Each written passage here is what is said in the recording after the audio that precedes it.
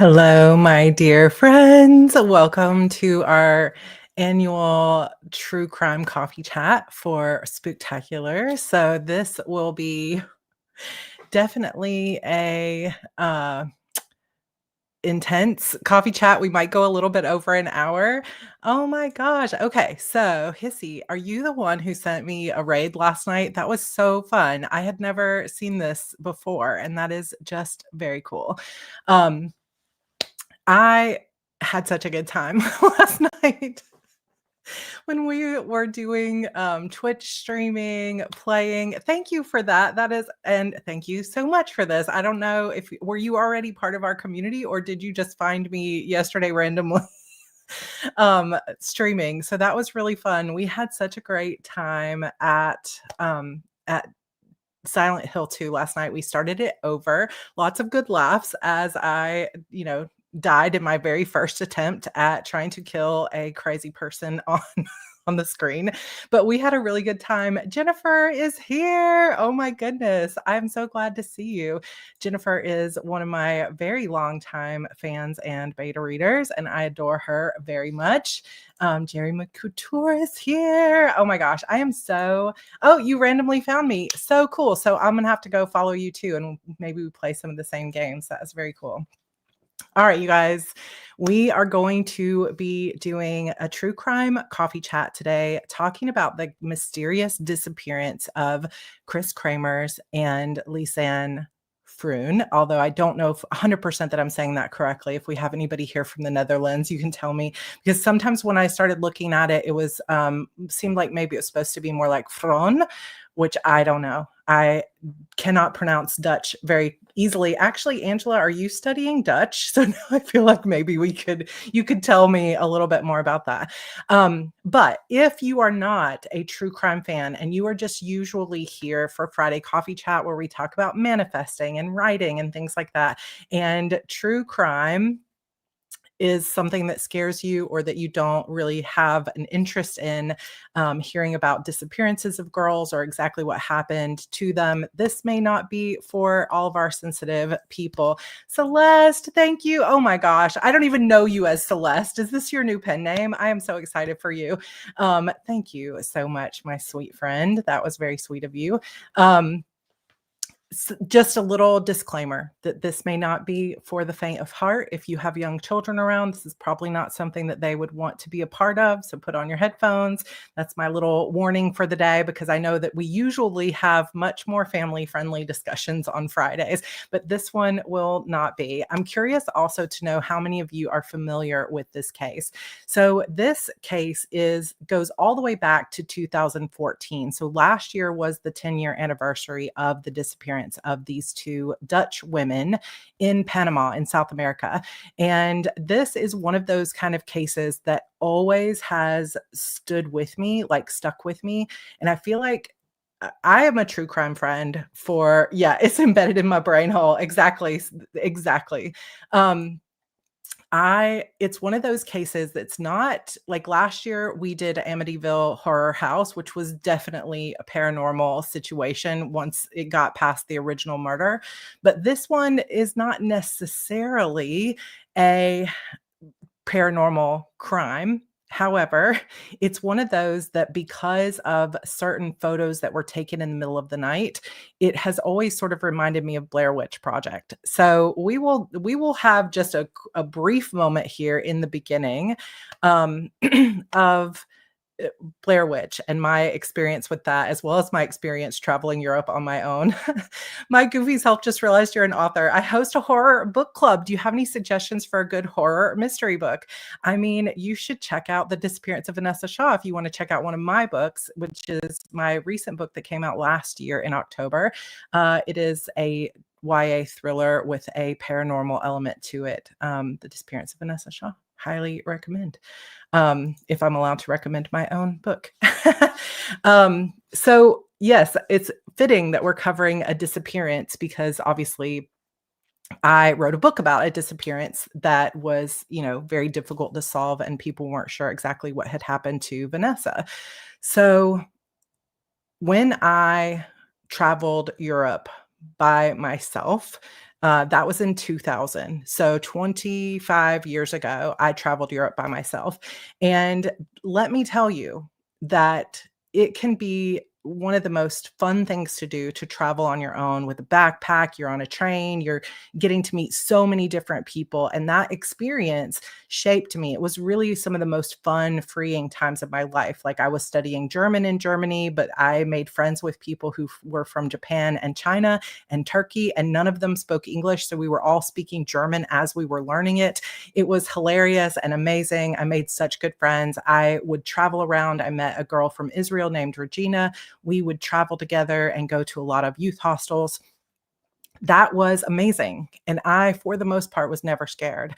But then, of course, I did get attacked in Italy. And this was one of those situations where, once you start traveling for a little bit, you start to become, I guess also you're like 22 years old, you travel around a lot, you are feeling like there's nothing bad that's possibly gonna happen. Now, if you were at least in 2025, you would have cell phones and GPS trackers and, videos and, there's all kinds of evidence that you could have. In 2000, I had nothing. I had a phone card that you had to put in 1,000 numbers, and if you miss one number on the payphone, you have to start all over. It was awful. But it was also really freeing. And I won't go into my experience, but just like the details of it, but just that setting the stage of what these girls were going through as we get into their case.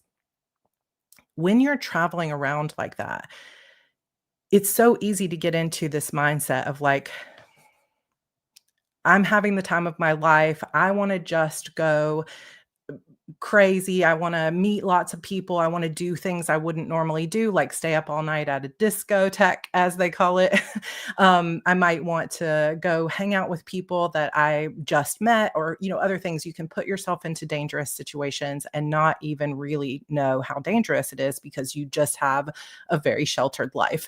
And so I think that is a lot of what we're dealing with in this. And you better believe that as my own daughter grows up, there will be many, many discussions as she gets older about ways to keep herself safe, and that having a fun evening is never worth putting yourself in danger. However, I do understand and do not have any judgment for these girls traveling on their own because I did something very similar at their age. So we're going to go over this. I will also say that I think that is part of why this particular case meant so much to me when I first heard it, because even though they were from Europe traveling to the Americas, I was American traveling in Europe.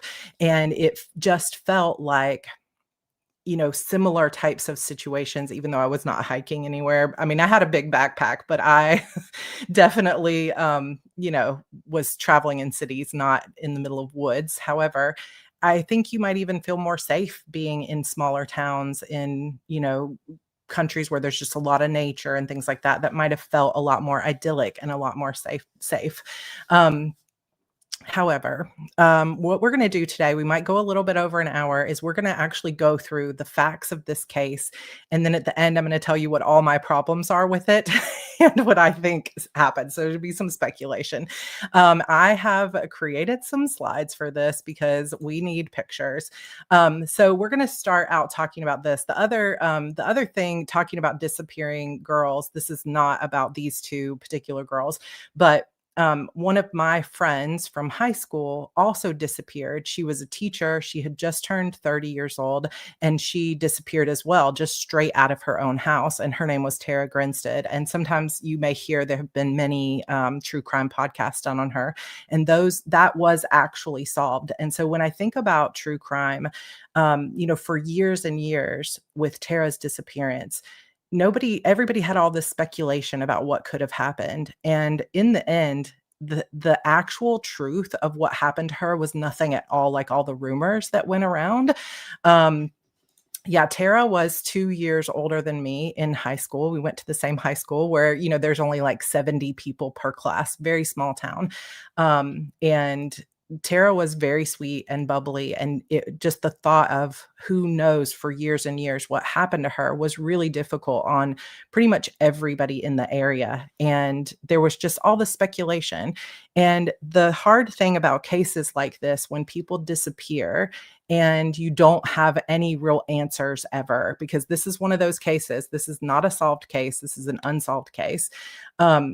What happens is, you can just let your mind go wild. And so even as we start, I just want to send out like so much love to the people that knew these two young ladies, because it is so difficult to imagine what those families have been through, not knowing.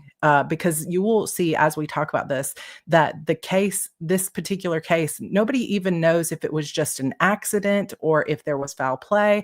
Was there something paranormal happening in those woods? Totally possible, in my opinion.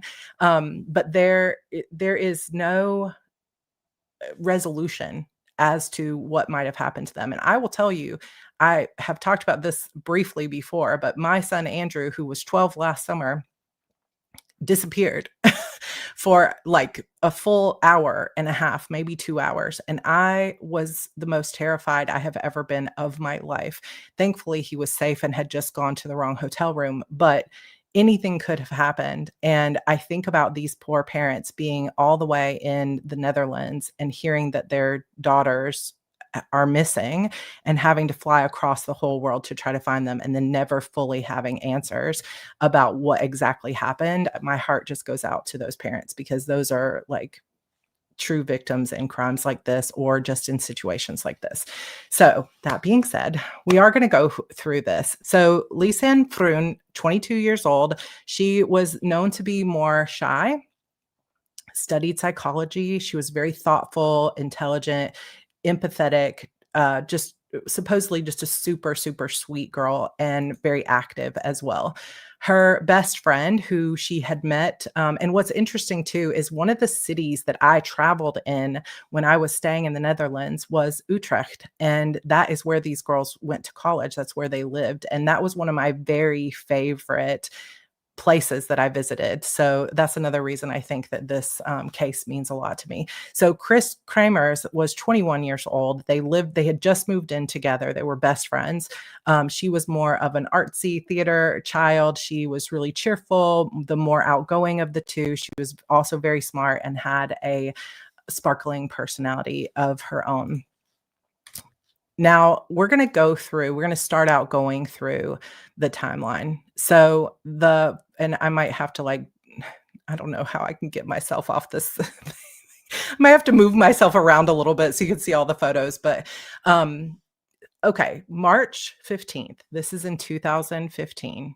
These two Dutch women arrive in Panama after a very long journey from the Netherlands. So their trip from the Netherlands was a flight all the way to Costa Rica, then a bus ride, I think, from Costa Rica to San Jose, and then a bus ride from San Jose down to this Bocas del Toro area of Panama. And they were journaling at the time. I also had a journal. So that is where, when you're on the road, that is where you keep all of your thoughts. And at this point, they also had Facebook. I did not have a Facebook account. I don't even know when Facebook was made, but in 2000, I didn't have any kind of social media. But they did have Facebook accounts, and they were kind of telling people what they were going through. But what they spent the first 2 weeks kind of touring around the country, spending time a lot at the beaches. And there were lots of photos on the cameras and on their Facebook pages of them being in these just beautiful, like said they could just live there their whole lives kind of places. And they often were meeting up with guys while they were there, which I think is normal. And I also want to say, too, that I think when women like this disappear, two beautiful women, they're traveling around, sometimes the first instinct of people is to blame the victim and be like, oh, look, they're in a picture here and they're meeting these men, they're hanging out. But nobody would ever say, if a guy went and disappeared, that, oh, look, he was meeting women, and it's like, when you're young and you're in your 20s and you're traveling around, it's natural that you would want to go to a bar on the beach. And there might be, like in their journals, they had written about there being a couple of Dutch men. So you meet some guys that are from your home country, you end up having a drink with them. There's nothing wrong with that. So I just want to continue to drill home let's stop the victim blaming when it comes to that kind of stuff. I know I'm preaching to the choir here, but just to say that. So they spent 2 weeks touring the country, having a blast, talking about how they would just love to live there their whole lives, which is kind of sad because the rest of their lives was spent in this place. So on the 29th, they arrive in Boquete, which is a town of about 19,000 people. And part of the sad thing of this as well is that they were specifically coming to this part of Panama because they were going to volunteer at a children's school. They were hoping to learn Spanish and they wanted to volunteer and help children in Panama. And so they had been working with a Dutch company that has ties in the area to get a volunteer like situation. And they had a arrival date in this town. They had a place they were supposed to be working as interns, and they were supposed to be, yeah, it's like a Spanish program. But what I think is very strange, well, hold on till we go to that one. What is the first piece of really strange information about this, and whether, this is the kind of case where you could speculate about what is tied to what and who knows. But they were supposed to be in the Spanish program volunteering at a school. They arrive at the school on the day that they were supposed to be there. And the lady who runs the school says, I have no idea who you are. You're not supposed to be here. We have no space for you. And basically kicks them out. And so here they've traveled all the way to this country. They've been saving up for like a year to pay for this whole trip. And they get to the place that's the main place. Like they even had raised money so that they could get all these toys for the kids, all the stuff that they brought with them. And this lady's like, I don't know who you are. So they reach out to the person that arranged it all for them. And the lady's like, I don't know what happened. Let's try this other school. So they try a different school. That school also says they don't have room for them. So they eventually find a host family that they can stay with. And I don't know, I couldn't really find the arrangements in terms of, did they have to pay something? Is it part of the internship? I'm not sure. But the school eventually said, hey, we could potentially get you in next week, right? So they've got a week with nothing to do. And they're in this beautiful town, but there's not like, they don't have any plans there. But there are lots of hiking trails, and it's basically in the middle of a Panamanian jungle. So that is the first weird part. Yeah, the school wouldn't let them in. She acted like she had never heard of them. However, there was an email from this school the week before confirming their arrival date. So something there was already messed up. Who knows what. So they spend a few days on their own, kind of meeting people, looking around, exploring the town. And we'll get back to that towards the very end. But on April 1st, they post on Facebook that they intend to walk around the city. But between 10 and 11 a.m., the two young women take a single backpack. They get into a cab that takes them about 9 kilometers to the trailhead of the El Pianista Trail. And this is a trail that is well worn, but also I'll show you some pictures that it's just very, very jungle. Like this is very deep in the jungle kind of terrain. But it is supposedly just like a mild hike. It's not supposed to be something that you would need like your huge backpack and like certain kind of clothes and all that stuff. It's supposed to be a day hike. It takes 3 hours to get up there. Possibly there were some reports that they had brunch in the morning with 2 Dutchmen that they had met while they were traveling. Also, there is some discussion, but we'll talk about this as we go too, that when they got to the trailhead, there's like a Pianista restaurant, which is right there at the entrance to the trail. And they were asking the people for directions. How do we get to the trail? How do we get up to the top? And the people at the restaurant said, don't go. This is too dangerous of a hike for 2 young girls alone. Don't go by yourself. You should get a guide. Well, at that point, they say that they already have hired a guide to go on this walk with them tomorrow. And it was maybe a different trail, but it's like, okay, I have questions about this already. If you've already booked a guide and you've already been told that these trails are dangerous to go on by yourself, why did they post on Facebook that they were just going to spend the day in the city and then still end up at this trail all day? It seems to me like there's some missing pieces here in terms of maybe they were meeting someone there. I don't know. But they did take a cab to the restaurant. The restaurant people told them, "Don't go. Take our dog with you." And so their dog named Azul went with them on the trail. Already, there's inconsistencies, though, because the cab driver that took them to the trail claims that he dropped them off at 1:30 PM, which is not possible. He's mistaken about the time because we have their camera, which are time-stamped with their times, and they were already at the top of this 2 to 3 hour hike by 1:30 PM. So, he's either lying or he was just completely off, and we're gonna just go through the timeline first, and then we'll get into the speculation as we go. The other thing that's crazy is this family says they gave the girls the dog to walk with them. However, there's no dog in any of these pictures. So, where's the dog? Like, you guys know, if you have a big dog, he's gonna be running around with them or he's gonna be on a leash, anything. What could happen? I have no idea. But it seems weird. So I wonder if there's some confusion about which 2 girls. Like these girls were Dutch, but it could have been 2 other white girls or 2 other American girls that they're kinda getting mixed up. I'm not sure. But that is the day, 4:01. On April 2nd, the host family that they were staying with leaves breakfast out for them, not knowing that they never returned home. But the ladies don't show up for that guided walking tour that they're supposed to go on, the one that they booked already. And so the guy that is supposed to be their guide, he comes to the house of the host family and says, "I need to see the girls' room. Give me the key to their room. They didn't show up. They owe me money," et cetera, et cetera. So he goes into their room, which already, again, very suspicious. Like, why did he go into their room? I don't know. We're going to explore that later.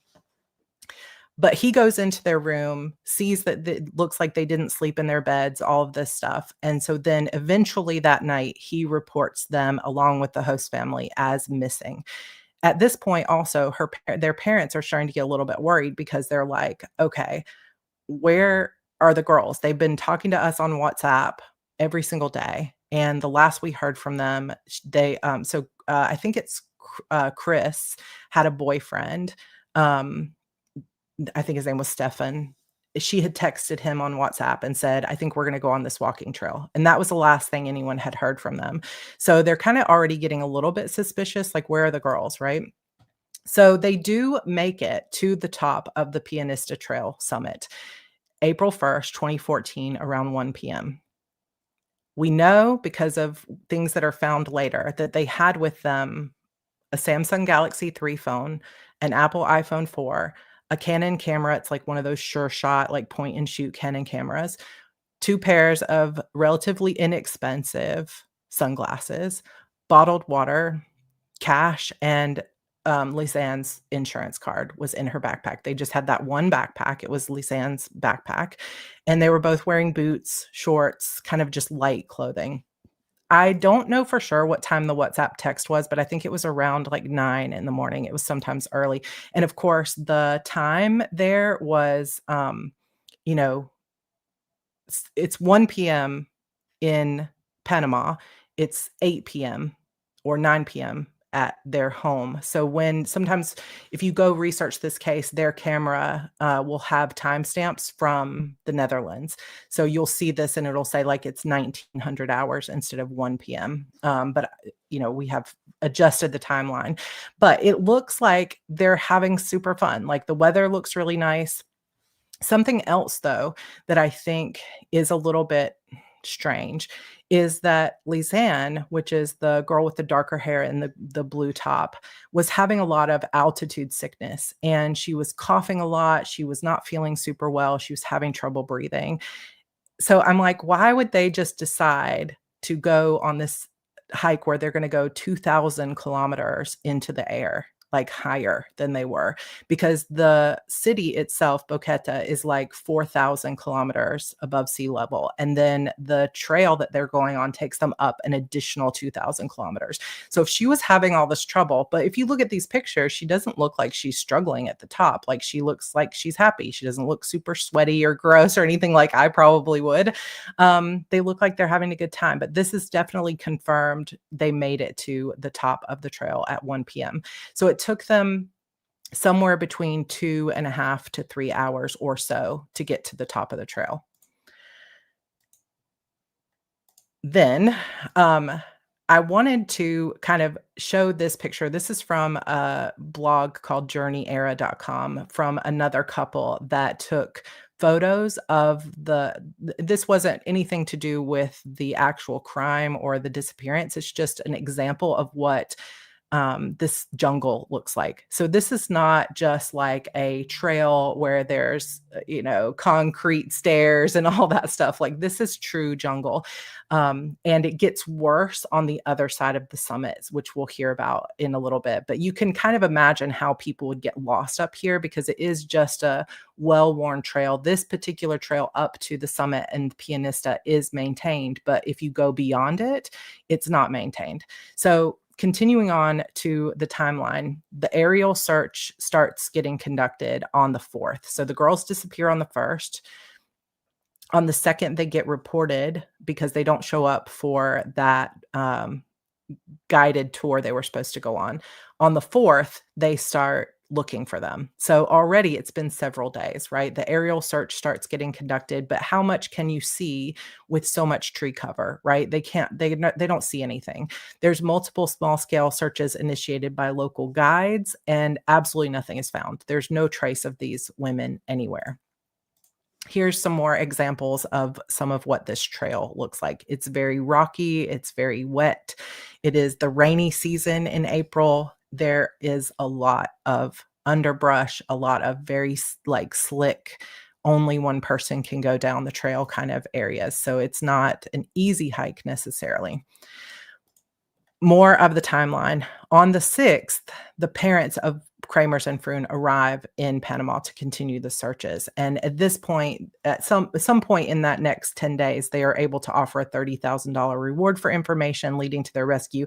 And in Panama, $30,000 of Dutch money is a lot of money. It's like more than most people, like most people make $10 a day from what I was reading at that time. So this is like many years worth of salary. 10-day major search begins, but nothing at all is found. Zero evidence, nothing. When I was looking at it, there are a lot of people that criticized the search that happened because they say that there were no infrared scans done, there were no satellite scans done. It was like helicopters flying over, and other things like that. LIDAR does, but that's much newer tech. Yeah, I guess in 2014, we're talking 11 years past, but there still was some good technology, even, satellite triangulation of their phones, anything, but nobody was taking it probably as seriously as it could have been. So we're going to jump way ahead and say basically they did a 10-day major search, but nothing is found. No one has any information about the girls. There are several people that say, oh, I saw them on their way up to the trail, or people that said like, oh, we gave them our dog. So the dog, Blue, Azul, did come home that night alone. But it's still unconfirmed whether those were really the two girls that they gave their dog to, but who knows?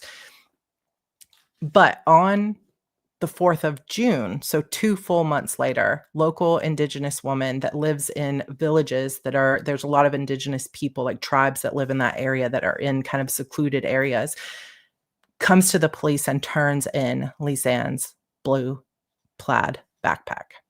She says that she found it in actually a rice paddy, and I'll show you a map of where this was found later. But she said she found it in a rice paddy near the riverbank near her village, Alto Romero, which is a full 12 hours walk from the El Pianista trail. So we are talking, it is found miles away.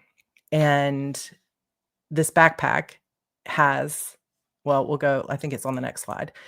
The following contents: a black and dark gray camera with a battery, and the camera is put nicely back in its camera case.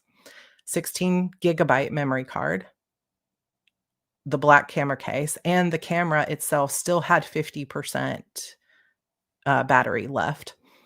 White Samsung cell phone with a battery, but no SIM card and no memory card, but there was money in the case. An iPhone with a red cover, a black bra, a flower patterned bra, which we know are the two bras the girls were wearing because you can see it in the photos of them on the trail. A pair of pink sunglasses, not damaged at all. A pair of black round sunglasses, not damaged at all. One key with a blue keychain, a small personal item that they don't tell us what it is, Froon's insurance card, a total of $88.30, which some places say $83, some say $88, a snail, and a small seashell. So this is everything found in the backpack 2 months after these girls disappeared, and it's not a waterproof backpack, but their phones aren't waterlogged. Their stuff isn't destroyed. It doesn't seem that the backpack fell from a very high height because the sunglasses were pretty cheap. Nothing appeared to have any kind of water damage. Even the money, the cash itself was not like all worn and wet and all that kind of stuff. The insurance card was intact. The memory card, the phone, the camera, everything was fine. And the water bottle apparently had water in it, but no one ever tested to see if it was like, purified water. Was it the bottle that came in it, or is it, was it water that came out of like a stream or something like that? I don't think that was ever released to the public of if that was tested. Yeah, very, very suspicious. Another fact here is that over 30 different sets of fingerprints were found on these items, but they weren't identified. Now, what some people think is if, we have an indigenous tribe of close-knit people, if they found this backpack, they might have gone through it looking for information about who it belonged to. So it could be just that members of that tribe all kind of were pulling things out and taking a look and then realized, oh, this might be attached to this thing, we should take it into the police. And so that could be the different fingerprints, but it was never tested or identified whose fingerprints those were. But it was definitely not just these two girls. So what we're going to do next is we're going to go through the photographs, because now that when they first disappeared, the family had nothing. They knew that that the girls had said they were going to go to see this maybe volcano or something the day after. And they had a text message to the boyfriend that said, we think we're going to go to a different trail, but nobody knew for sure even where they were. They didn't tell their host family where they were. And it was all kind of conjecture until this cab driver was like, oh, I dropped them off at El Pianista. This family that ran the restaurant was like, oh, I saw them. There was also a few people that were coming down the trail that said, I saw girls that look like that. So there were a few like eyewitnesses that they were going off of to even look for them. But it wasn't like the police and the family knew at the time, oh, they were definitely on this trail. So there was a lot of confusion. The other thing that delayed it is several people in town said, oh, no, I saw them this afternoon. So that delayed the search because a lot of people were like, oh, they made it home. They just maybe decided not to go back to the host thing. So there was some conjecture or speculation that the girls had gone up to the trail, come home, and instead of grabbing all their stuff, right? Like they didn't go and pick any of their things out, like their passports, all of that stuff was still in the house. People say, oh, they just decided to go to a bunch of bars and hanging out with people, right? So the police weren't taking it super seriously over the first 24 to 48 hours because they weren't sure where they were, honestly. And some people in town were like, oh, I saw them walking around. They're fine. They were not super experienced hikers. They were just like city girls from the Netherlands who were kind of out and about in this country that they had never been to in their lives. This was their first test there. Or first test. Sorry, I was reading this one. It was their first trip there. So once they discover several months later, because you got to think like 10 days of search, multiple months of searching, There's no answers. There's no sign of them. There's no boots. There's no clothing. There's no bodies, nothing. And then 2 months later, the backpack is found, and the backpack has a treasure trove of information in it because we have their cell phones and we have their camera. So now we've got this very clear timeline of their photographs. So we're going to go over some of these photos right now. So photograph number 500 that is labeled, most of us still have this. Like if you take a photo with a DSLR photo, it's going to automatically give it a number, right? It'll be like image underscore 500 or whatever. So photo number 500 is the very last photo that we have of Lisanne. She is thumbs upping at the crest of the El Pianista Trail at 1:01 p.m. on the 1st. This is the last photo ever of her. Kris, however, just 20 minutes later, there is this kind of photo of her turning around, like almost at the entrance of a cave, sort of sticking her tongue out at the camera. This is 20 minutes later, photo number 505. And this has been confirmed to be on the other side of the trail. So the way that this trail works, the El Pianista Trail, is you go up it, and then you go back down the same way you came up. It's not a looping trail. There's no other way down off the mountain back to the city. But the girls apparently went to the top of the trail, and then instead of coming right back down, which would have been another 2.5 to 3 hour hike, they continued on, which just takes you deeper into the jungle. And from everything that I've heard on the podcast and other things like that, those trails past the Mirador is what it's called. It's like the top of the summit, are not maintained trails. They're much more difficult trails. They're much wetter trails. It's the kind of place where if it rains, sometimes you have to have a machete to get through all of this. So at this point, we have questions, because the biggest question is, did they get turned around and accidentally go the wrong way? Was someone leading them down the wrong way?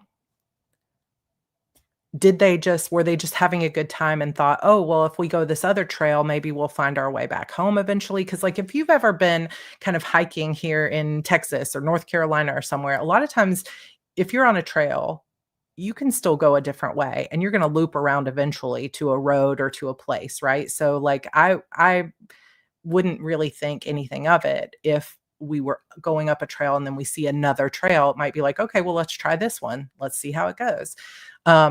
However, that trail was not like this, because that one trail, the El Pianista Trail, goes up and you have to come back down the same way that you went, or you end up in major jungle area. So either they just messed up and made a mistake, or they intentionally went further down this trail. And there is evidence from the computers at the host family's house that they had researched this trail, that they had looked at the maps.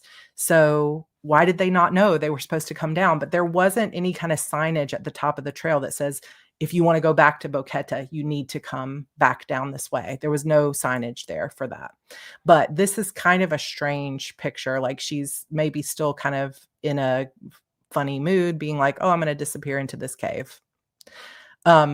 At 1:54, so just another 35 minutes later, we get to photo 508.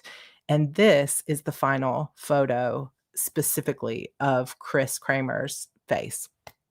And this is an interesting photo as well, because as we will see as we continue on, the camera has been, for hundreds of photos, has been numbering them appropriately. 450, 51, 52, etc., 508. And the next photo on this camera is photo 510. And this is where, to me, things start to feel very mysterious and creepy. And it's like, what is happening with photo number 509? And we will continue to discuss this. Here's more of a close-up of her face, and a lot of people have speculated because she also has more like her boots are muddier, her legs are a little bit muddy.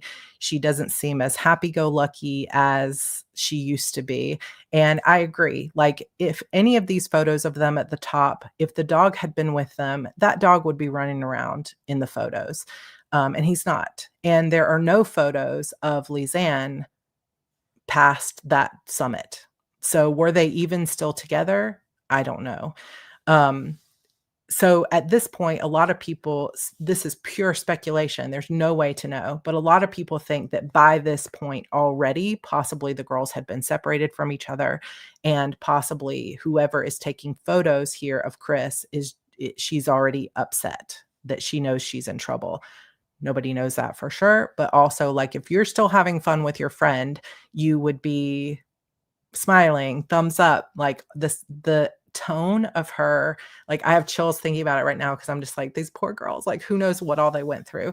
But yeah, it could be bruises, it could be mud. It's hard to say because even this picture is obviously it's just the actual photo is not as good of quality in terms of resolution as it would be in 2025, but it's also like taken from further away. But she doesn't look thumbs up, happy, taking pictures with my friend anymore, right?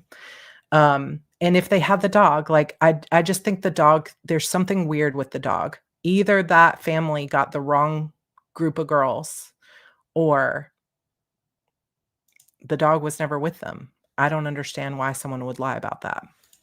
But this is to me, a very haunting photo of her because she does not look at all happy the way she did earlier.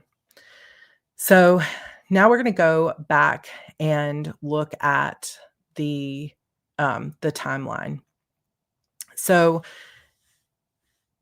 we have a timeline of the photographs here. When they start, it's around 11 a.m. and we're at photos like 476. They take some pictures of the creek, a little bit later, some of the fields, then the open trail, then they're in more of the jungle trail by noon. Then we've got more photos, 493, 494. And then by 1 p.m., they're at the Mirador, which is the, yes, I will show you 510, which is the summit. And they take 9 or 10 pictures up at the top of the summit, which we saw. And then they also take a few pictures of themselves on their cell phones as well. Then by 1:30, they're already on what people say is the Continental Divide side of the... Hey, sweet pea, do you want to come in here? Just for like 1 second, okay? Did you change clothes? Did Daddy know you're in here? Okay, Evie's going to come say hello. Can you get in through here? Don't trip on anything. I really wanted to see her. Oh, I turned the cat off because it's too noisy for me to pay attention. Come say hello. Say hi. I love you. Did you have a good day at school? Yes. Yes. But I don't really have any Halloween dresses because I already used one. Yeah. So I had to wear a Christmas dress. Christmas dress. You look beautiful. All right. Head on out. I will talk to you soon. Shut the door. Say hello. Yeah. So it could be one of those UGG moments they catch on camera. It could be a cultural thing, but it's just, if you look at every other photo that they actually took of each other, from when they were in Bocas del Toro, when they were at the house, when they're at restaurants, when they're hanging out with other guys, they're always smiling. And so it's just a chilling final photograph for her to be not looking happy when she looks happy in every other photograph on that camera. So they're in the Continental Divide. You see photos 505 and 506 are at around 120 in that area past the summit. So now they have gone the wrong way on the trail into a place where they definitely were warned not to go. So why are they doing it? I don't know. 507, 508 is taken just before 2 p.m. and that was it. And this is kind of this is part of the hard thing, is that we will never know exactly what happened. It could just be like they know they're lost at this point. Like maybe they didn't realize they were going back down the wrong way. They were up at the summit for 20 minutes. Maybe they got turned around, and by now they've been walking for an hour and a half and they're like, I think we're lost. And so they could just be upset. Could be hot, you know? It's really just hard to say. Or it could be that someone else is taking that photo. We will never know. We will never know. All we can do is kind of guess about it. But this I agree with, is they hired a guide for the next day, but then they left all by themselves. And everyone, including the host family, the family at the restaurant, told them it is not safe for you to be out there by yourself. So they were like, okay, well, we'll hire someone. And then they went out by themselves anyway. And I think there's just something weird about that. Now, photo 508 is taken. That's the one we just saw of Kris at 5 or at just before 2 p.m. There is no additional photo taken that day. And in fact, we will go many days before there are any more photographs taken. Somewhere along the next many days, a photo 509 is taken and then is deleted. And then it's many days later, which we'll get to in a minute, before they take more photographs. When that happens, it is already April 8th. So the girls go missing. That 508 photograph that we just saw of Kris is taken at 2 p.m. on the 1st. The next photos that show up on that camera are taken April 8th. So a full week later, in the middle of the night. And they are pictures that look like this. It's like they're standing in the jungle, facing upwards, taking pictures of the trees while it's raining.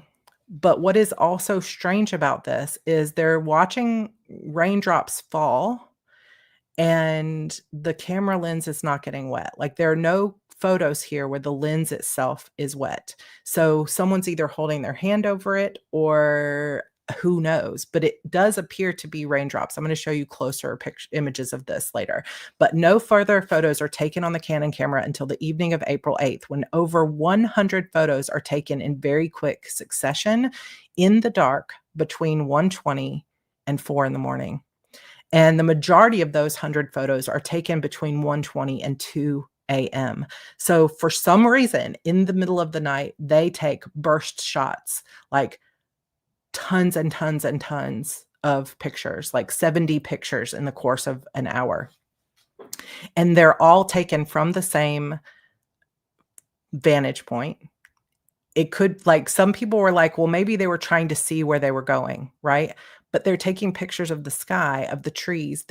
You'll see there's a few pictures where they're taking maybe of like a ravine. But there's no evidence necessarily here that it was the girls taking these photos, except that you do see that one photo there where we see red hair. But there's no faces in these pictures.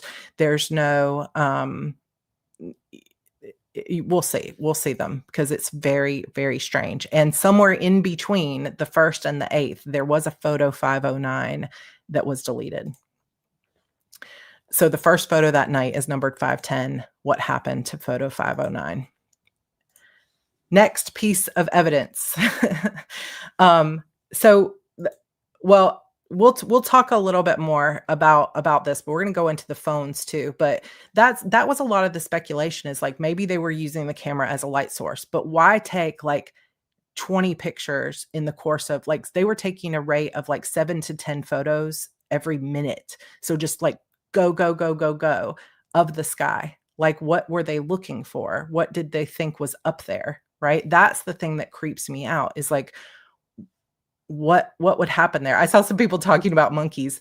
Yeah, I mean, the camera was back in the case. The camera was not damaged. There's no wearing on it. There's no wear and tear. And you'll see there's specifically things that were from their bag that were pulled out and arranged in certain ways. So we'll talk about that.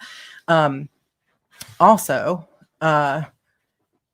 Yeah, Kris Kremers has like strawberry blonde hair. You'll see it in a second. Now we go back to the phones. So the 2 phones were also discovered in the backpack. So the iPhone 4 was Kris Kremers. The Samsung Galaxy 3 was Lisanne's phone. According to the battery data, when they left for the trail, their phones were already like 60 to 50%. Which just like makes me crazy because I'm like, who goes walking on these trails alone in places where people told you, come on? Just like this just shows you, like, this is why I wanted to start the conversation around, like, I completely understand. And it's so frustrating because when we're in that situation of, we're in a brand new country. We're having the time of our lives. We're just exploring. We're having fun. You just don't always understand the dangers and the situation that you're in. You may not understand how difficult those trails are going to be, how much you're really going to need your phone. You might not be thinking about the fact that you might not have service where you're going to be, or that you might not have, anything like that. Like there was one water bottle found, but there was no evidence that they had brought any food. That was with them. So we're going all the way back to April 1st, 4:39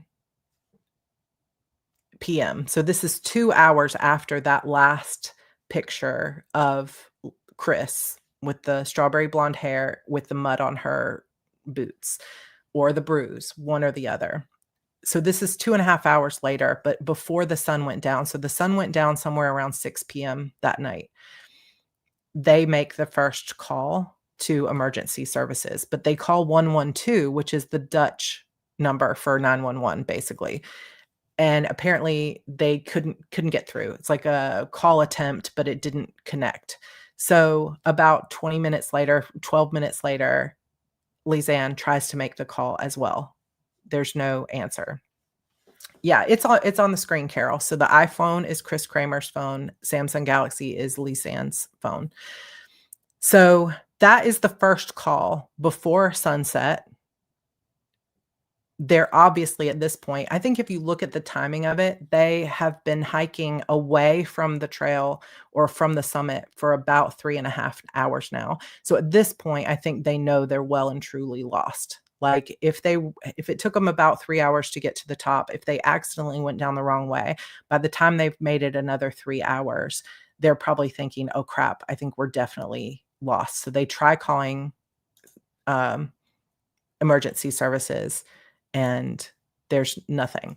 But then they don't make another call tonight. So they're there overnight. 8 o'clock in the morning, Kris makes another phone call to 112. So they're not trying to WhatsApp their family. They're not trying to call their host family if they knew the number. They're just trying to call emergency, but that is not the emergency number in Panama. In Lisanne's phone, there are multiple calls made that day, or tried to. So 6:58 a.m., she tries to make a call. 10:52, she tries to make a call. And at this point, she tries 911, which also doesn't work. At 1:50, she does a signal check to see, which I think when they talk about signal checks means she didn't dial any numbers, but she did turn the phone on, like put in her keypad number, the PIN number, and to look through it. Like literally nothing works away from Wi-Fi, right? Like no text message is going to work. That's probably why they were trying to call the phones, because sometimes phones can work through satellites and things like that. But they didn't have any proper number that they were trying to call, like a number that would actually work there, which is just another thing of like preparation and not really understanding that you might be in a situation where you need help and you don't know who to call. Like the very first time my house was on fire in September of 2006, I think, I called 911 and nothing worked. And I was like, what are you talking about? And I had to flag people down. And we had to run to the fire station because the small town that we lived in did not have 911 service, which is apparently something that the city has to pay for. So that did not go through. It could be, I don't know if 911 is the emergency number in Panama, but it's the emergency number in the United States. But if it's in Panama, it wasn't working because they had no service. So even if you try, there's no cell signal. They put it in the numbers, no call was connected. She turns on her phone again at 1:50, looks for the signal, no signal. There is another report that says she tried again to call 911 at a later time in the afternoon, but that one's unconfirmed. It's like in some reports and not in some reports. At 4:19, she puts in her PIN again and checks the signal. Apparently no signal because she doesn't attempt to make another call. Now, this is another interesting piece of it is that at this point, Kris turns off her phone. When she tries that call in the morning at 8, it doesn't work. She turns off her phone to save battery. Lisanne keeps her phone on all night. So we don't know if she was using it for the flashlight, if she was using it to keep trying to make calls, but there's no other like numbers put in. She isn't putting in her PIN number or anything like that because that's all in the data on the phone. But she leaves it on. So April 3rd, they're gone 2 days at this point. Kris makes another call attempt at 911 at 9:32. 11:47, she puts in her PIN number to check the signal. And again at 3:49, does a second signal check. For Lisanne's phone at 7:36 in the morning, she tries one more time. The phone battery dies and the phone is turned off and there's no more activity for that phone. And unfortunately, because she left it on all night, her phone is now useless. On the 4th, 10:16 a.m., signal checked 3. Oh, no, actually, I'm wrong. I got that. Hold on. Give myself out of the way. Where am I? So she does turn her phone off. Lisanne turns her phone off on the 3rd. But on the 4th, there's only just a little bit left. So she gets one try at 4:50, one try at 5 a.m., and then the phone dies on the 4th. For Kris Kremers, she has 10:15 in the morning, 10:16 in the morning. She does a signal check, meaning she puts in her PIN number, checks for signal. There's nothing there. Does it again at 1:42, and then no further activity on her phone that day. On the 5th, she checks again, almost exactly the same time, 10:50, 11:37.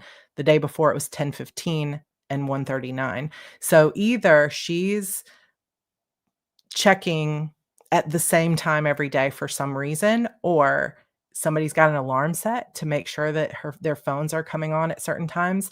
Also on the 5th, so they're gone for 4 days now, or this is the 5th day missing.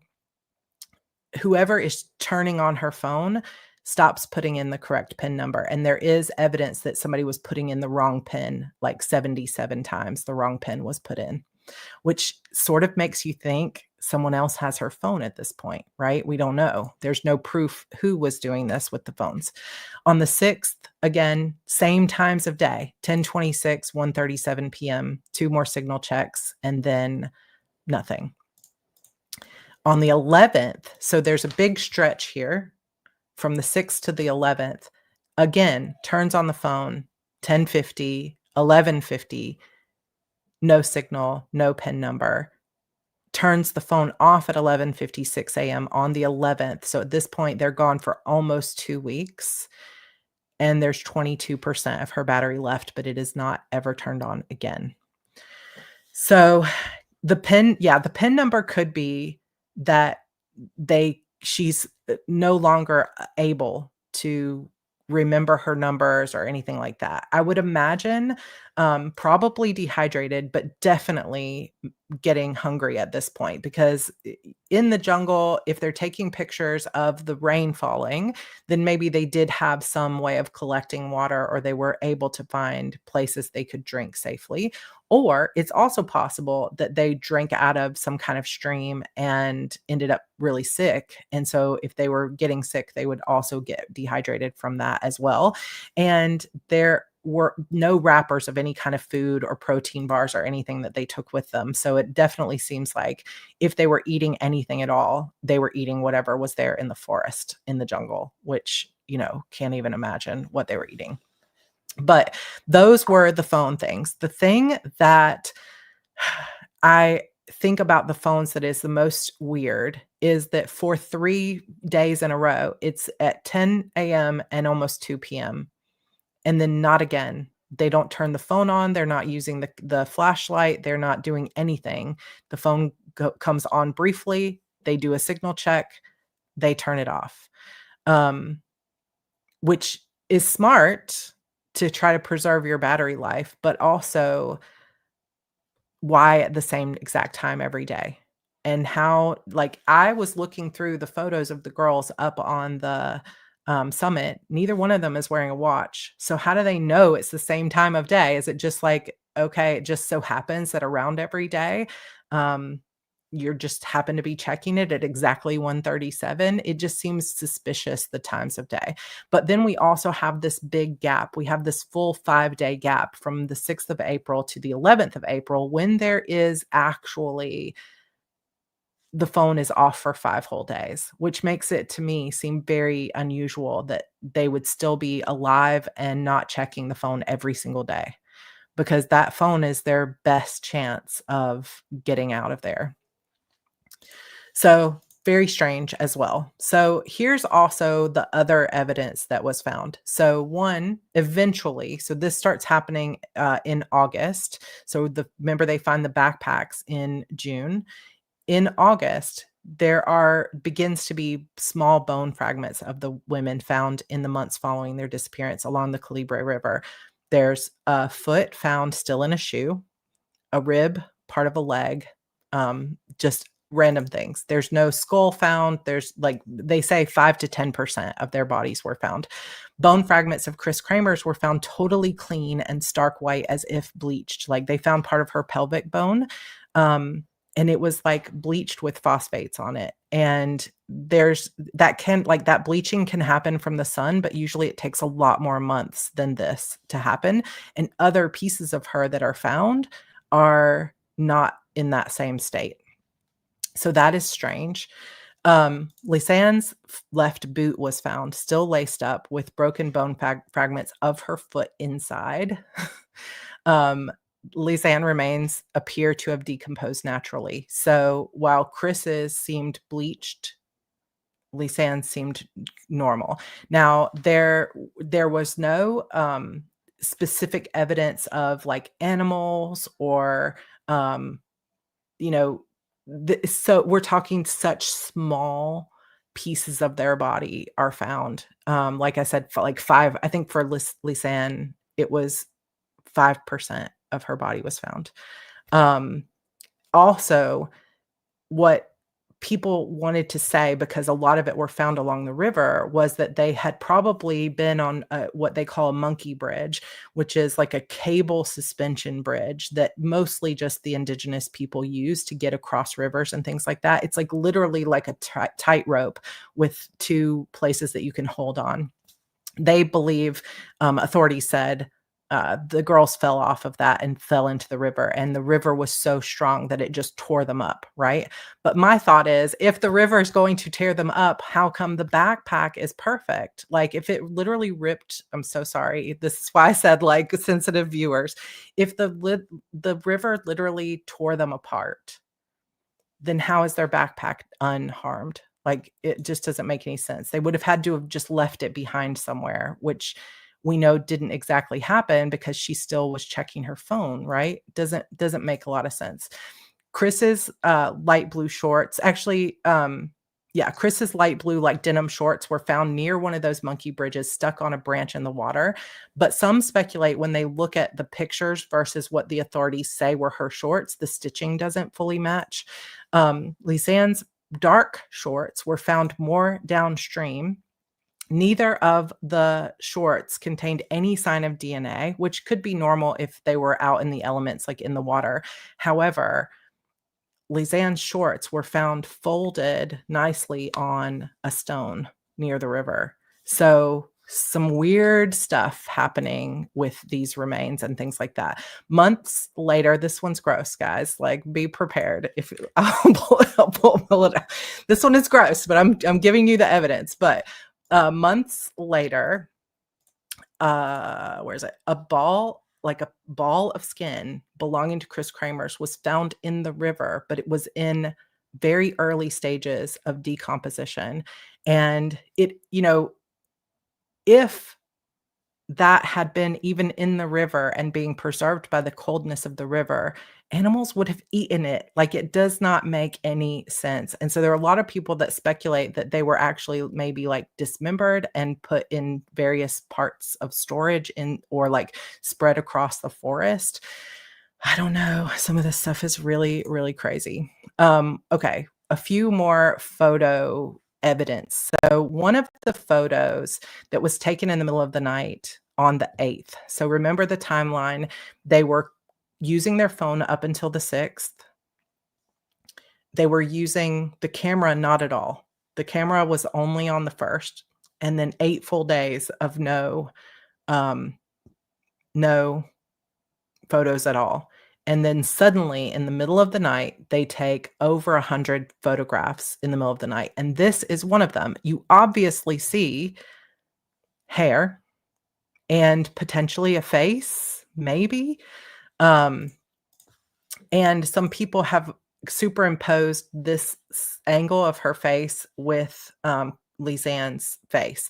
Now, the part of this that I'm like, I mean, it does seem to be the shape of her chin and all of that, but in one picture, she's smiling, and I find it very hard to believe that she would be smiling on the night of the 8th, because it would not be. I cannot imagine. And no, the tribe that found the backpack, they're not cannibals, they're not murderers, they're like just nice indigenous people that live in rice paddies and tend to their farms. Like, this is not a violent tribe at all. So could be her face. Could be an elbow. Yeah, it could be. It could be someone's finger. Like, but where's the hair coming from? I don't know. We will never know. But there's definitely, something going on with that photo. But it looks like a cheek. I'm not sure. Another strange photo that we see is this kind of stuff is where I'm like, this is so Blair Witch Project coded to me. There is one of the pictures that is taken at 1:39 a.m. on the 8th is these, like a branch with red plastic on it. Now, there could be multiple reasons behind this. So you can see some people on Reddit have taken it and kind of like blown it up and tried to look at it. And there is a red, sort of like a grocery bag that was in one of the photos of theirs from their bedroom that was not in their bedroom later. It's like a similar bag. Some people have speculated that the bag, they tore it apart and put it on the twig because they're trying to collect rain, right? Which does kind of make sense. If you had a plastic bag, if you're super dehydrated at this point and it is raining, it could be that they're trying to stretch it out across so that they can collect little bags of rain. It's just weird. It's weird. Some people think maybe they were trying to mark the trail, but it could be rain, could be any number of things. So this was 1:39. here is another photo that was taken at 1:46 a.m. And in between this, remember, there's just bursts and bursts of photos that are being taken of the sky and the tree line, like not the ground, not seeing if there's a predator in the woods, but like of the sky. But there's no raindrops on the camera. So very strange. In this photo, you can see maybe the handle of the backpack and some paper spread out. So people have also taken this one and kind of speculated as to what it is. So when you zoom in close, you've got the strap of the backpack. You have a bunch of paper that's been torn into pieces and put all over the rock. And then you have either a mirror or some kind of reflective object, which makes me think that maybe they're trying to signal somebody like an SOS, like, and there is evidence that on the 8th, they did send like rescue workers sent a helicopter to that Alto Romero village, the indigenous village. So it's possible if they had made their way over a full week to that area that they saw or heard the helicopter, but it wasn't like it was going over them at 1 a.m. So it's just the timing is very, very strange. And I agree with this too, of like, even if they were making something to collect water, I guess maybe they're taking a picture of it so they can see it, because it's literally pitch black dark, right? They're in the middle of the woods under cloud cover. They can't see anything. So they're trying to see, did we get it? Did we get it attached enough so we can collect the water? And then maybe they're taking burst pictures of the rain to be like, where's the rain coming down? I don't know. It's very strange. Then, yes, a couple of these pictures that are not facing the sky look that they're not on the edge of the river. It doesn't seem like. It looks like they're in the woods near a ravine, like a big drop off. But were they trying to catch a picture of something? Were they trying to catch a picture of someone? And if so, why would most of the pictures be like towards the sky? Where's the paper from is a good question, because somebody else, this is like all the people on Reddit, there's a picture of Lisanne holding a map of like the city and some of the surrounding like trails and things like that. And you can see the map has little like icons of the different things that are going on in the area. And this is just a couple of days before they disappeared. And it seems like the paper that's been scattered around is the same map. But why tear it apart? Also, if it's raining, why doesn't it look wet? Why doesn't that mirror look wet? Because there's something really weird about this. Here's another one that is haunting, is at this point, there has been literally no evidence that these are even the girls taking these pictures, other than, okay, that might have been her map, right? So now we have a picture of this strawberry blonde hair that very much looks like Kris Kremers' hair.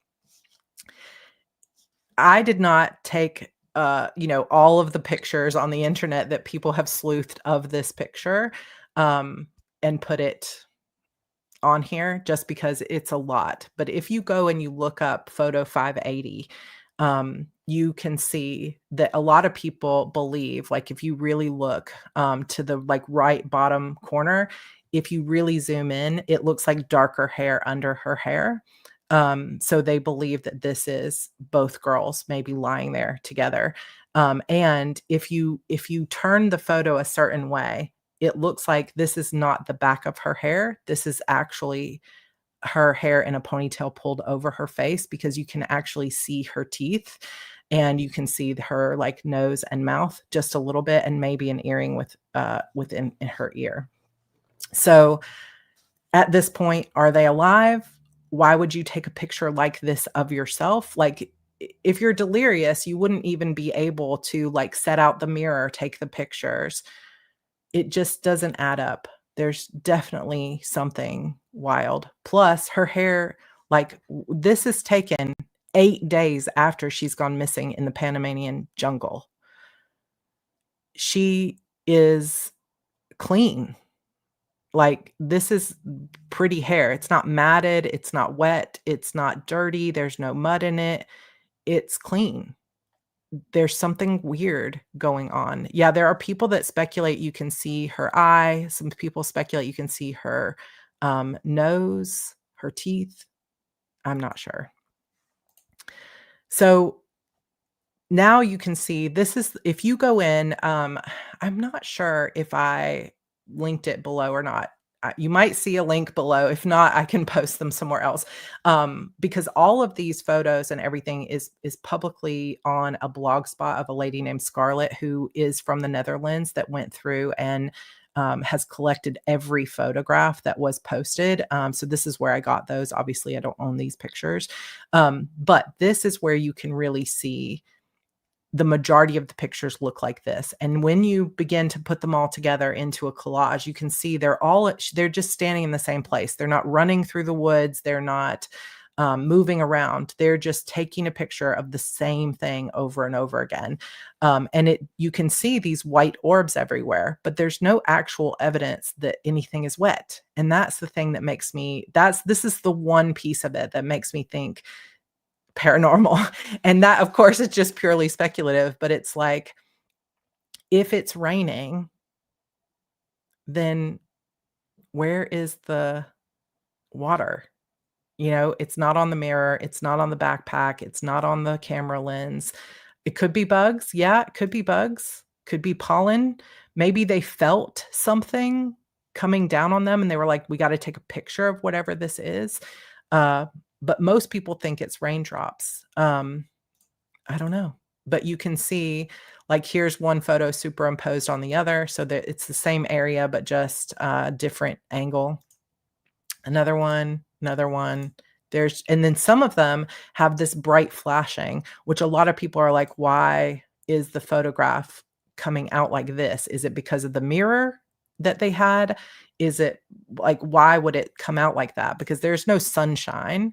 It could be a dirty lens. It could be dew. Yeah, it could be dew falling from the trees. But like, her hair's not wet, obviously. And that picture comes in the middle of all these others. So it's really, really strange. So this could be a finger over the lens. It could be like, you might see pieces of hair falling over the lens and the flashes kind of coming at it. But there are like 100 of pictures that look just like this. Then there are a handful of pictures that look like a drop off, like a ravine. And there were people that speculated that one of these, they thought they saw like a dead body, but these have been like blown up, changed, like contrasted, all this stuff. And there's really no evidence of any of that. But there were caves in the area, so they could be in a cave, they could be in a natural shelter.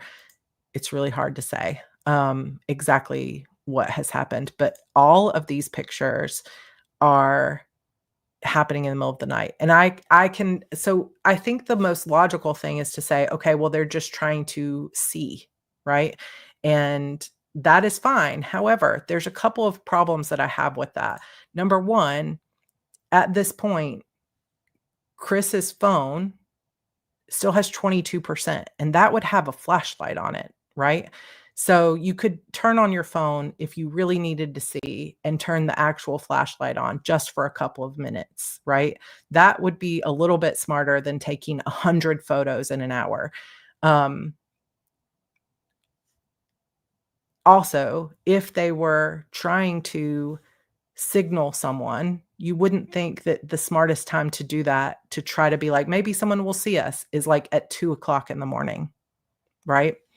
You would do it if you wanted to do it after dark so that someone would see you, you would be doing it like 6 p.m., 7 p.m., 8 p.m., where there might be people around, or closer to dawn. But this is literally like between 1:20 and 4 in the morning. And it's really, really hard to, exactly see what in the world is what they were doing. And, there are people that have turned these around, that have moved them around, and there's all kinds of speculation that some of them are facing downward, that some of them are facing upward, some of them are pointing towards the trees, and you see the trees over and over. And I get they were trying to save battery, but they never turn the phone back on.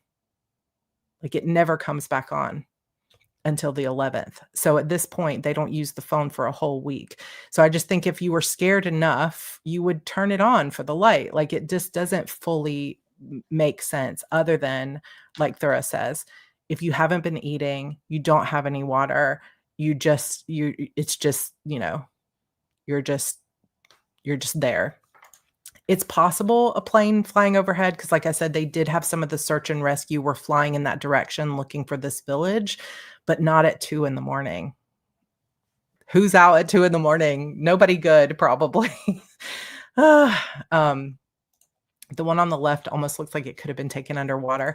Yeah, it's very, like, there's obviously, it looks like obviously raindrops. So, but like none of the rocks look wet. So is it like dew? Are they close to, there are a lot of waterfalls out there. So are they close to a waterfall and they're trying to catch some of the runoff?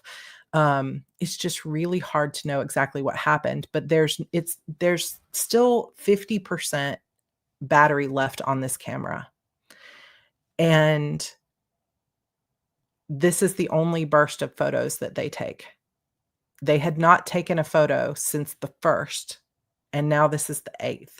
And it's very, very strange to me. So I know we've been here a while, but here's what bothers me. There's a lot of things that bother me about this.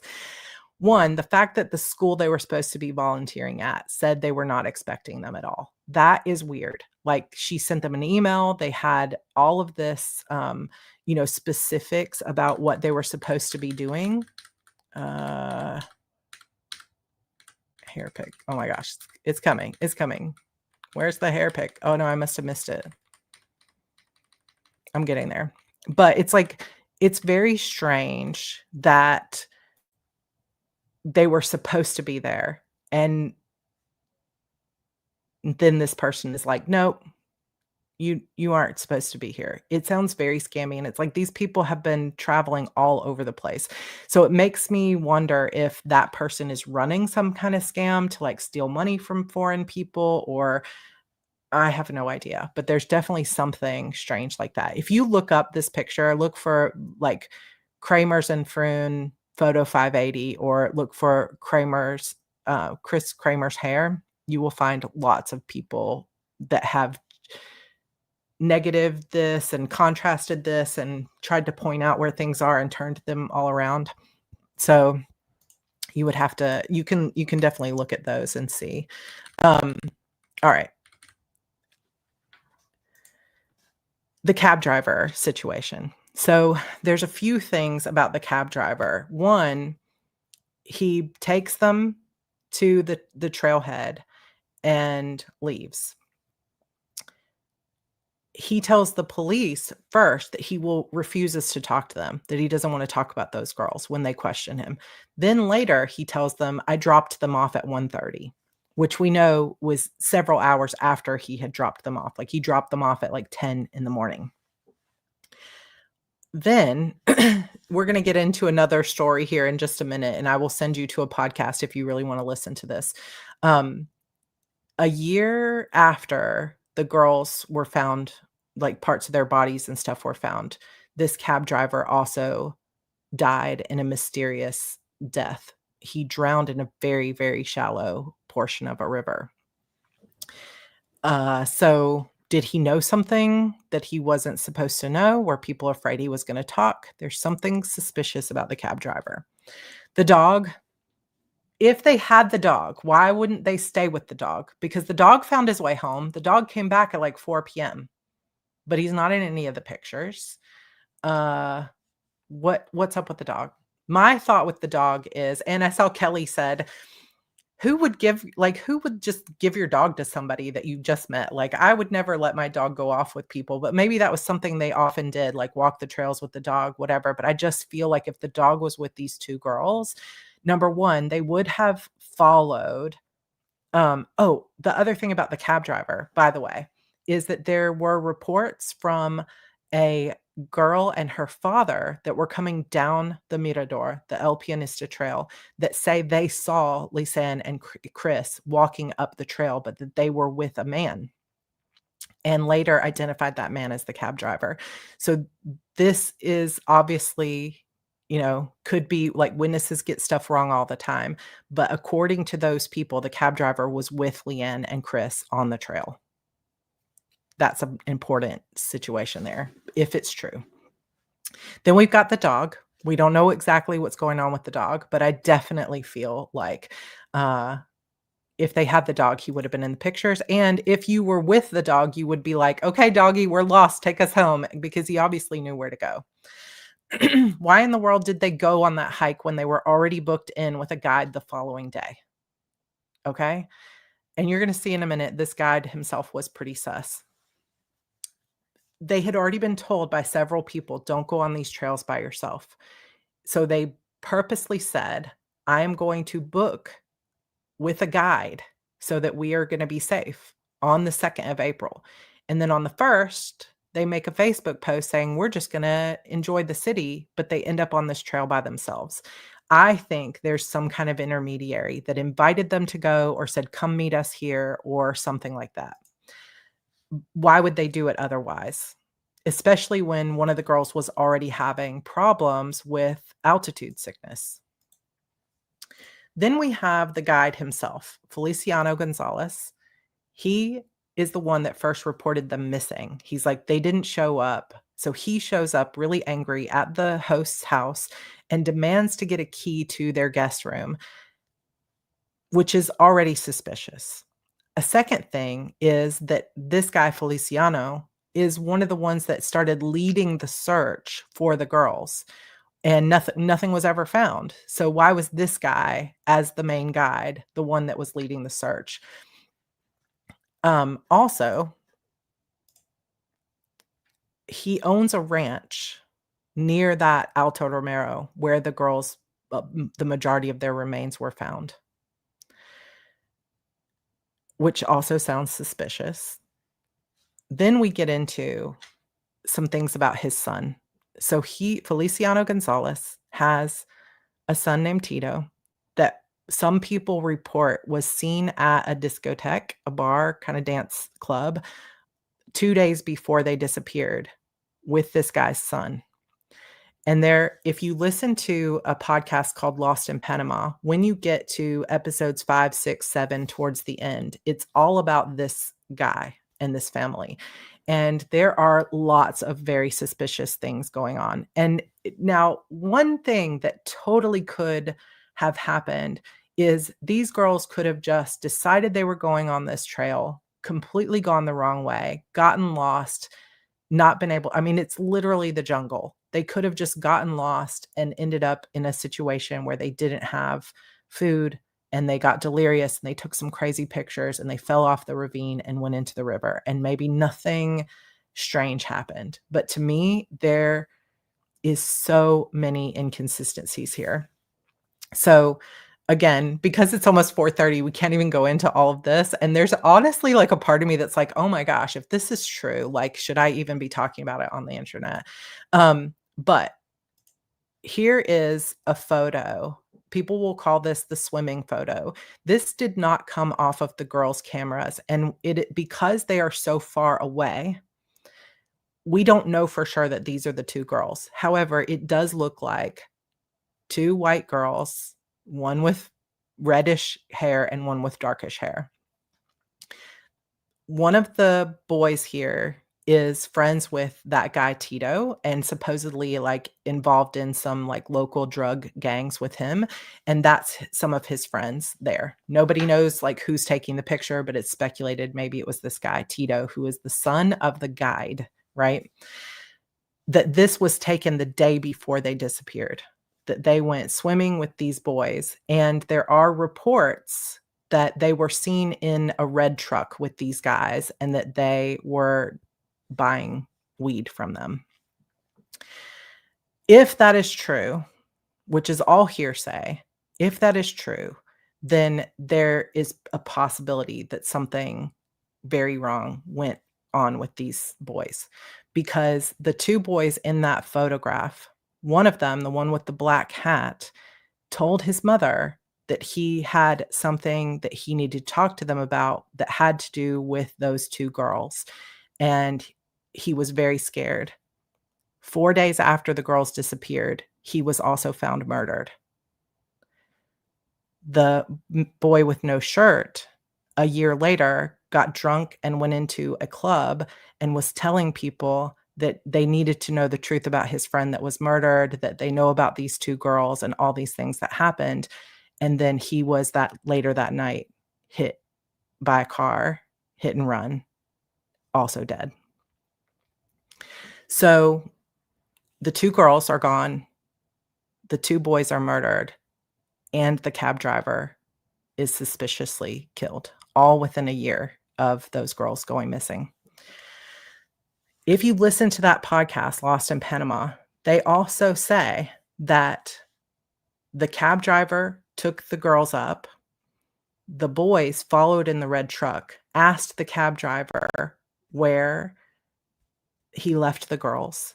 They followed the girls up to the summit, took them, abducted them and took them down a different trail. And there is another trail that leads to where these boys live. So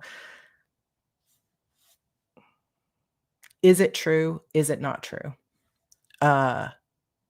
There's no physical evidence of it being true. So it could just be rumor. It could be locals, everything that has been said about, oh, they saw them in a red truck, whatever. It's all hearsay. There's no direct identification or witnesses that say, yes, this happened. I saw them. It's like so-and-so told me he saw them. And so it might not be true. That might not even be those girls. We don't know. This picture was on the guy in the black hat. It was on his phone. But who took that picture? Was it the son of the guide? And he was trying to protect his son? I don't know. Then we have what's up with the missing 509 photograph. So it goes from 5:08 at 2 p.m. on the 1st. And then there's no other pictures, despite having this 50%, a 16 gigabyte memory card. There's no video. There's no other pictures between that point and August 8th or April 8th. 8 whole days and you don't use your camera. And when they go and look at it, so they had forensics look at the pictures. They said specifically picture 509 was deleted from the camera. So what was in picture 509, right? It has to be something incriminating. And if the girls had all these other pictures and they weren't just deleting bad pictures, because there's lots of pictures where they have weird faces or they're taking a picture of their room or anything like that. So they weren't just in the process of going through and deleting pictures. All the pictures were there in a row for weeks. So someone specifically deleted that photograph, right? Someone's face who didn't want to be seen, some reflection in the water. To me, that one missing photograph indicates maybe there really was foul play and these girls just didn't disappear in the jungle. This is the wrong date, by the way. I put April 11th, but it was April 8th. The photos in the rain. What were they doing? Were they being stalked? Was it the girls taking those pictures? Was it not? There are people that say because of the time that those cell phones were turned back on and checked at the same time every day, the people that did the Lost in Panama podcast say that from the backyard of that guy's house, if you just walk about 12 feet out, you can just turn on a phone and there's no cell service. So if they had the girls' phones and they wanted to make it look like it was a hiking accident and they were still alive out there, they would just take the phones, walk a little ways, turn it on, try 911, turn it off, go back to the house. So it's totally possible that it was never them turning on their phones. Why were both of their bras off of their bodies and folded up inside the backpack? This does not make any sense to me. Like their shorts are found, their bras are found, but their shirts, like only one shoe, no skull, none of that stuff is found, but their bras are found totally intact, folded up in a backpack, not dirty, not wet, nothing. It's weird as hell. Like, I just do not understand why that would happen. If they were hot out in the jungle, maybe I would be more likely to take my shirt off than I would my bra. Like, I just don't understand what happened. Um, I saw a theory they were being held someplace indoor because they had the clean hair, dumped a week later because the captors were afraid of being caught, and that's when they took all those pictures, terrified. Absolutely. Did it happen when they went swimming with the guys? Well, the guys, they went swimming with the guys the day before they went missing. The day they did go missing, you can see their bras underneath their shirt. So we know they were wearing them when they got to the trail. So when did they take them off and why? Weird. Also, their camera had tons of memory and battery left. So why not take a video? Like, I really and truly feel like if I was literally out there, if this was just a hiking accident and they were just alone in the woods, and I knew my phone and my battery both, like my phone and my camera both had 20 to 50%. And I feel like this is it. We've been missing a week. No one's coming for us. At least before I went crazy too far, I would turn on my camera and I would be like Blair Witch Project snot in the nose, just be like, George, I'm so sorry. Here's what happened. I love you. I never expected this to happen. Please no, whatever. Like, I would definitely take a video for sure. Like, tell people what happened to you. We're so sorry. We're delirious. We need water. Someone come find us. This is where we're going to be. Like, nothing. Yeah, and then it's reported potentially 77 times the PIN code was put in incorrectly, which I think can be explained by the water dehydration and the lack of food to a degree, but also like, I would imagine the Notes app existed. Like, surely you could at least open a text something and start typing stuff in. Like, maybe maybe videos were on it at the end. Who knows?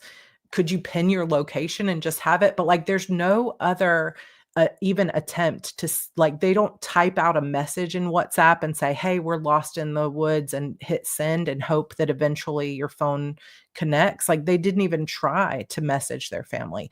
It just sounds really strange. Like, I know that it wouldn't work without Wi-Fi or without signal, but you would think, well, if I at least put it in a message, if they find my phone, they'll know what happened to me. But there's literally nothing there. No attempt. Also, why are their bones in such different states of decay? Scattered around, there's no skulls, there's no larger parts of their body. There's just randomly like half a pelvis that's bleached white and has phosphates on it. But then there's other parts that are like a piece of a foot in a shoe. Like, where's the rest of their bodies? Where's their skulls? Like, none of this was ever found. Very, very strange. Also, there was another guy that had gone missing in this area and was missing for 2 years before they finally found his body. And he was less decomposed in some ways than the girls. And it's kind of like, it could be animals, right, that took her apart, but why didn't they take this guy apart, right? It's very strange, how like, scattered and things they were. I don't know exactly the significance of the phosphates, but from what people say, I think it means that that would not be something that, would just naturally be occurring in that soil. So it's kind of like their bones were transported. It wouldn't be something that would be on a bone that had been sitting in a river, right? Yeah, it could be like, I know, have you ever been like sitting outside inside or outside and like one person's getting bit by mosquitoes, but you aren't. George is like that. If George is outside, he's going to get bit by mosquitoes and I'm not.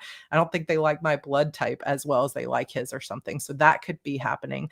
Yeah. So like this guy that they found, he had been gone for 2 years, but he was decomposed for sure. He was definitely decomposed, but like his bones weren't bleached.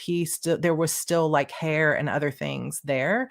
Whereas these girls were like so completely pulled apart. And the coroner or whatever just said there's no signs of animal stuff. There's no yeah, I don't know. It's very, very strange. It's very strange. I don't know. Can't describe it. Here is also kind of a map. If you see at the bottom where it says El Pianista Trail and it says Mirador, Mirador is the summit of that trail. If you follow that that yellow line all the way up to Alto Romero, that is where the backpack was found. It's not even on a logical trail of the river. Like it's completely off course. Kris's rib and some of the pieces of them, like this is basically like lots of pieces of them that were found all over the place. Like some of it was found in the river, some of them was found in the river, but their backpack was found all the way over by this village.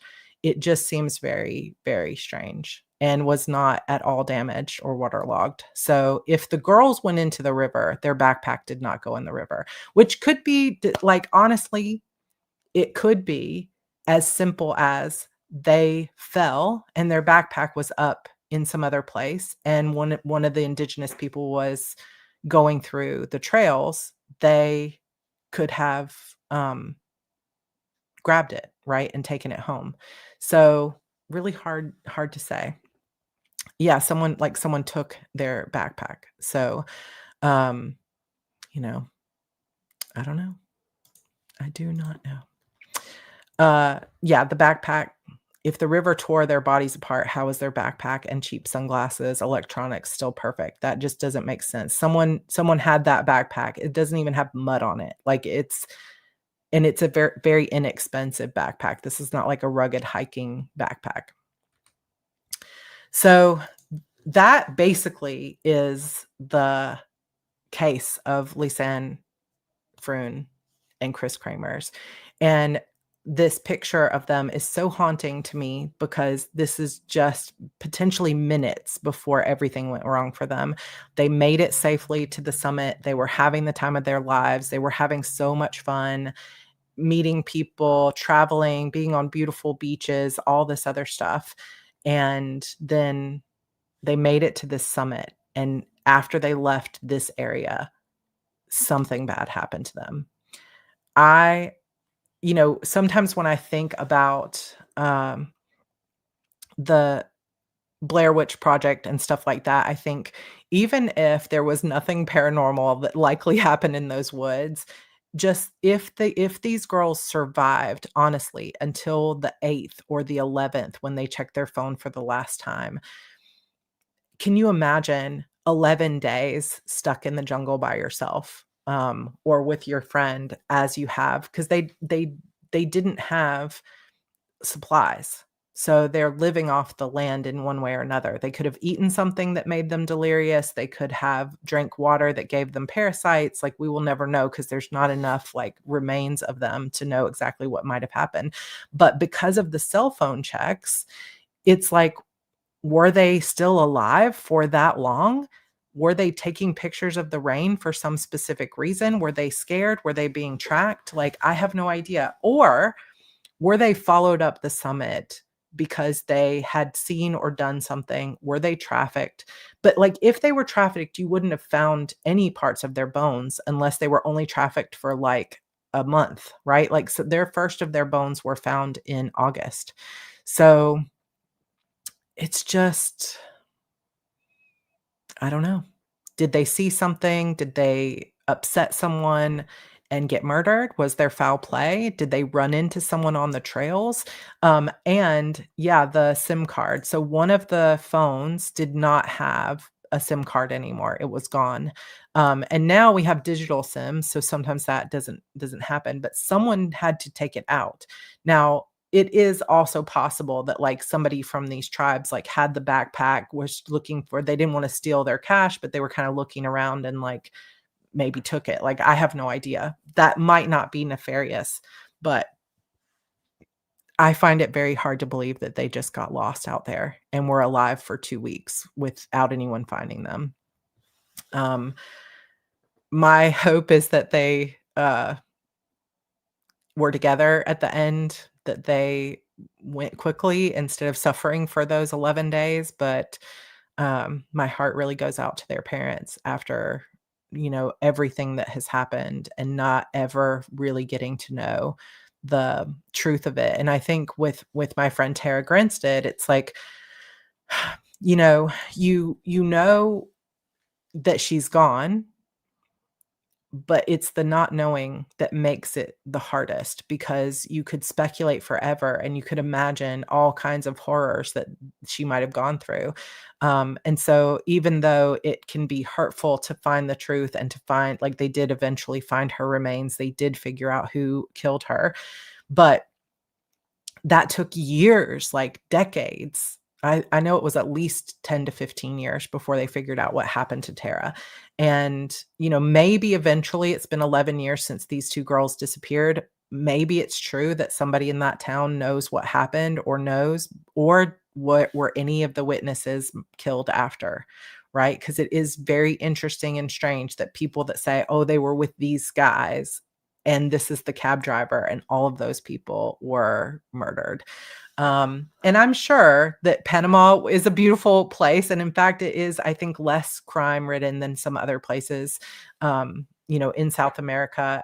And I'm sure, like, if you think about Costa Rica and all these places where it's just absolutely gorgeous and there are such amazing people that live there. So something terrible like this could happen here in Texas, and probably does every day. And there's terrible things that happen in all places of the world. Whether it's from getting lost or from bad people out in the world, it could literally happen anywhere. But this is one of those cases that has haunted me for a long time because, yeah, I mean, I think it is, at least there's a little bit of closure in that, they died. Like, because otherwise there might be thoughts of like, what if they're still alive and they're being trafficked, or what if they were being held somewhere and we could have saved them, or whatever. So at least this gives them some closure to be like, okay, maybe if you look at what's the most logical explanation, if we look at Occam's razor and we say the simplest answer is usually the truth, then maybe they just went up to the top of the summit, they got turned around, they went down the wrong way, they got lost, and they could not find their way home, and they died. But I just feel like the circumstances of this is that there was some kind of foul play, that they were tracked down, that they were stalked, or they were in the wrong place, wrong time, something like that. And I just think this is less about don't go to Panama or this happens, whatever. It's more about saying, especially for our ladies and any of our children, saying, even though it's not their fault it happened, and it's not my fault what happened to me, or we all go through stages of what we know and what we don't know. And when we're naive, we just don't know. And we can't live our whole lives being afraid. But at the same time, just remembering to always be aware of your surroundings, always be aware of the people that you're talking to, always be aware of what safety precautions you have in place, always make sure people know where you are and where you're going, and that you have some way to reach out. At least now we do have more, like, for example, Pixel phones, like Google Pixel phones will reach satellites. Like if you end up in a situation like that, you can get to satellite calls. There's Garmin watches and all kinds of things that will connect to satellites if you can't get there. So if you're planning to be out in the middle of nowhere, take more supplies with you, even if you think that you're only going to be gone for a day hike, but it's a place that people have already told you is not safe. take food with you, all of that stuff. Because I'm sure those girls never in a million years thought anything bad would happen to them. They were just going, they were just going up for a quick hike. So very sad, but also very interesting and compelling to think about what might have happened. And I have spent so much time in my life thinking about it. You okay? You just miss me? Evie wants to go hang out with me. So,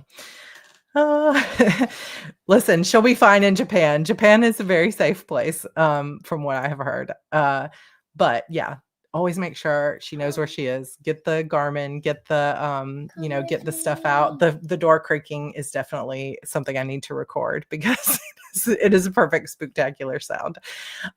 Well, that is the end of our true crime coffee chat. I hope that you guys enjoyed it. Thank you for being here with me.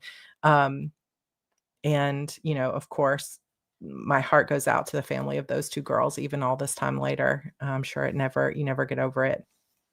What are you doing? Hearts? Yeah. I love you. But we are taking tomorrow off. Sunday, if you are in HB 90, we are having a sort of Q4 pep talk on follow through. If you want to join me for that, totally separate from Spooktacular. And then on, now I've got my thing. Where's my thing? Okay. On Monday, we will have a Broken Chapter Society full moon chat here at 6 p.m. Eastern. And then on Tuesday, we will have a Dark Academia Journal premiere, which will have chat, but the video will be pre-recorded. It'll be like a bullet journal setup of my Project 49 bullet journal. And then Thursday night again on Twitch, and Friday coffee chat next week. And then after that, we will start reading my new book, A Mirror of Shadows. So lots of fun stuff coming. Don't forget, every time we have and Double Down Day is tomorrow. So sprints all throughout the day. If you want to enter the giveaways, you can enter the grand prize giveaways every single day. Today's giveaway is a paperback copy of The Disappearance of Vanessa Shaw and a paperback copy of A Mirror of Shadows when that comes out later this year. And then yesterday's giveaway was Eternal Sorrows paperbacks signed as well. So if you want to get some paperbacks and you want to enter the giveaways, make sure you're visiting the blog regularly. So far, we have only had one scavenger hunt clue, but it is coming soon. If you can't log into Gleam, you can send me a message, but maybe try like Google or Facebook or something like that, or Google why can't I get into Gleam, because I don't know if I can troubleshoot that for you, but either way, thank you guys for being here. It's kind of a sad topic, but it's also really fascinating and interesting to go into it and to think about all the things that might have happened. So thank you for being here. Thanks for spending a spooky day with me. And I will see you guys for our next spooktacular event. All right. Love you all. I will see you soon. Have a good weekend.